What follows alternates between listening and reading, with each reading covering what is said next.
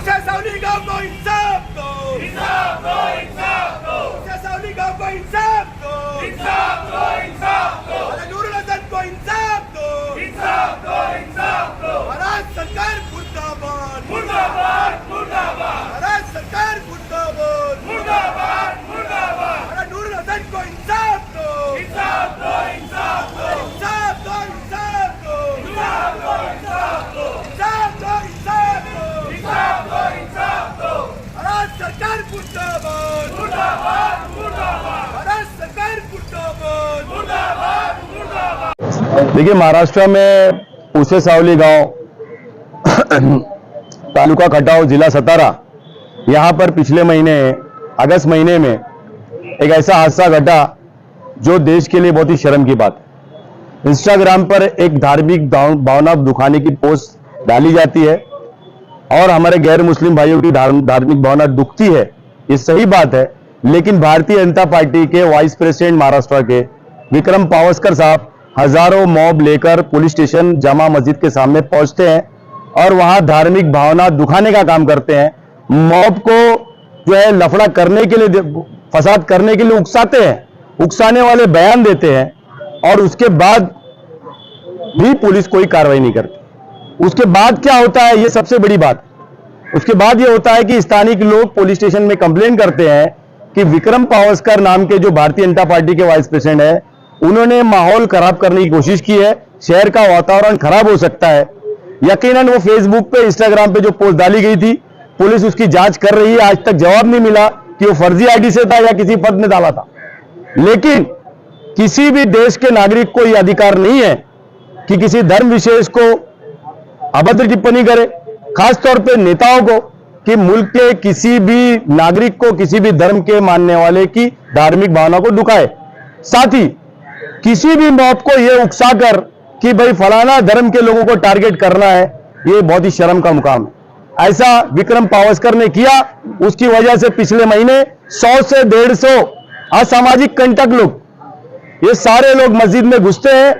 मस्जिद में पढ़ रहे नमाजी, जो वहां की जामा मस्जिद है पुसीवाली गांव की, वो गांव की जामा मस्जिद में लोग नमाज पढ़ रहे थे। वहां पर असामाजिक कंटक लोग घुसते हैं, धारदार तलवार डंडे से मारते हैं, जिसमें नूरुल हसन, लियाकत अली शिकलकारी की मौत हो जाती है। 15 लोग गंभीर घायल हो जाते हैं। इस घटना की दखल लेते हुए बैरिस्टर असद अवैसी साहब के आदेश पर महाराष्ट्र के हमारे राज्य प्रमुख खासदार इम्तियाज जलील साहब, वो डॉक्टर गफ्फार कादरी साहब की एक टीम जो है वो उस गांव जाती है और जांच पड़ताल के बाद मालूम पड़ता है कि पिछले 15-20 दिन तक, अभी तक वो विक्रम पावस्कर पे कोई कार्रवाई नहीं हुई।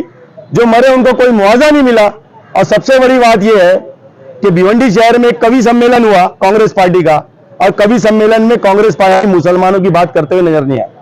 महाराष्ट्र में इतनी बड़ी दुखद घटना हुई है। इमरान प्रतापगढ़ी महाराष्ट्र राज्यसभा सांसद चुनकर जाते हैं, मुसलमानों के आधार पर चुनकर जाते हैं, पर मुसलमानों पर अगर जुल्म होता है तो खामोश रहते हैं।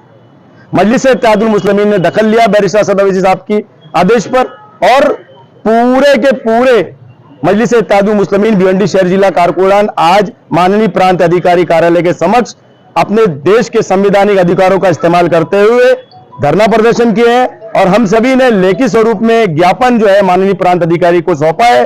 ज्ञापन के माध्यम से हमने विक्रम पावस्कर के ऊपर एफआईआर करने की मांग की है।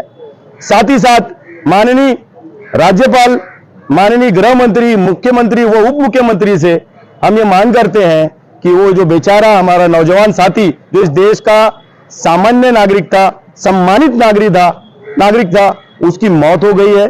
उसकी कुछ महीना पहले ही शादी हुई थी, 6 महीना उसकी बीवी प्रेग्नेंट है और घर का एक लौता बच्चा था कमाने वाला। उसको कम से कम 1 करोड़ रुपया मुआवजा मिलना चाहिए सरकार की तरफ से। दूसरी बात, जो 15 अन्य घायल है उनको 1-1 लाख रुपया मुआवजा मिलना चाहिए। तीसरी बात, वो जो बेचारा शहीद हुआ है बच्चा, उस बच्चे के बीवी को सरकारी नौकरी मिलनी चाहिए। मेरा ऐसा मानना है कि मुल्क की जो भी सुरक्षा प्रणाली है, वो मुल्क की सुरक्षा प्रणाली है, ना मुसलमान की है, ना हिंदू की है, ना किसी धर्म विशेष की है। ये सुरक्षा प्रणाली देश के हर नागरिक की सुरक्षा की जामीन है। ये सुरक्षा प्रणाली अगर फेल है तो इस सुरक्षा प्रणाली में जो वचनबद्ध संबंधित अधिकारी था उसको तुरंत सरकार ने निलंबित करना चाहिए। जिला सतारा, कोल्हापुर के जितने भी इंटीग्रेटेड, जितने अतराफ के जितने जिले के जो सक्रिय अधिकारी गए, जो इस प्रकरण में 1.5-2 महीने से लीपापोती कर रहे हैं और ये छुपा रहे हैं कि विक्रम पावस्कर नाम का एक मुख्य आरोपी जिसने मौत को भड़काया और फसाद कराया, उसको जेल डालने से बच रहे हैं। विक्रम पावस्कर जैसे नेता के लिए काम कर रहे हैं, मुल्क के संविधान को भूलकर।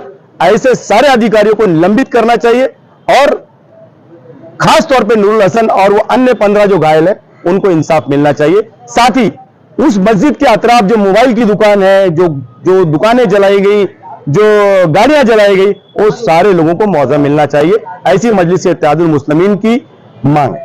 मीडिया में क्यों नहीं बताया गया, इसके बारे में क्या कहेंगे? देखिए, दुर्भाग्य की बात है, पिछले महीने कुछ न्यूज चैनलों ने न्यूज दिखाया, लेकिन हिंदू मुसलमान की तरह दिखाया। एकदम आसान कहानी है, हिंदू मुसलमान हिंदू मुसलमान। अरे किसी आम नागरिक के साथ नाइंसाफी होती है, वो कौन दिखाएगा? ये नाइंसाफी की तरह से हम देखते हैं, किसी भी हिंदू भाई के साथ हो चाहे मुसलमान भाई के साथ हो। गलत को गलत कहना चाहिए, सही को सही कहना चाहिए।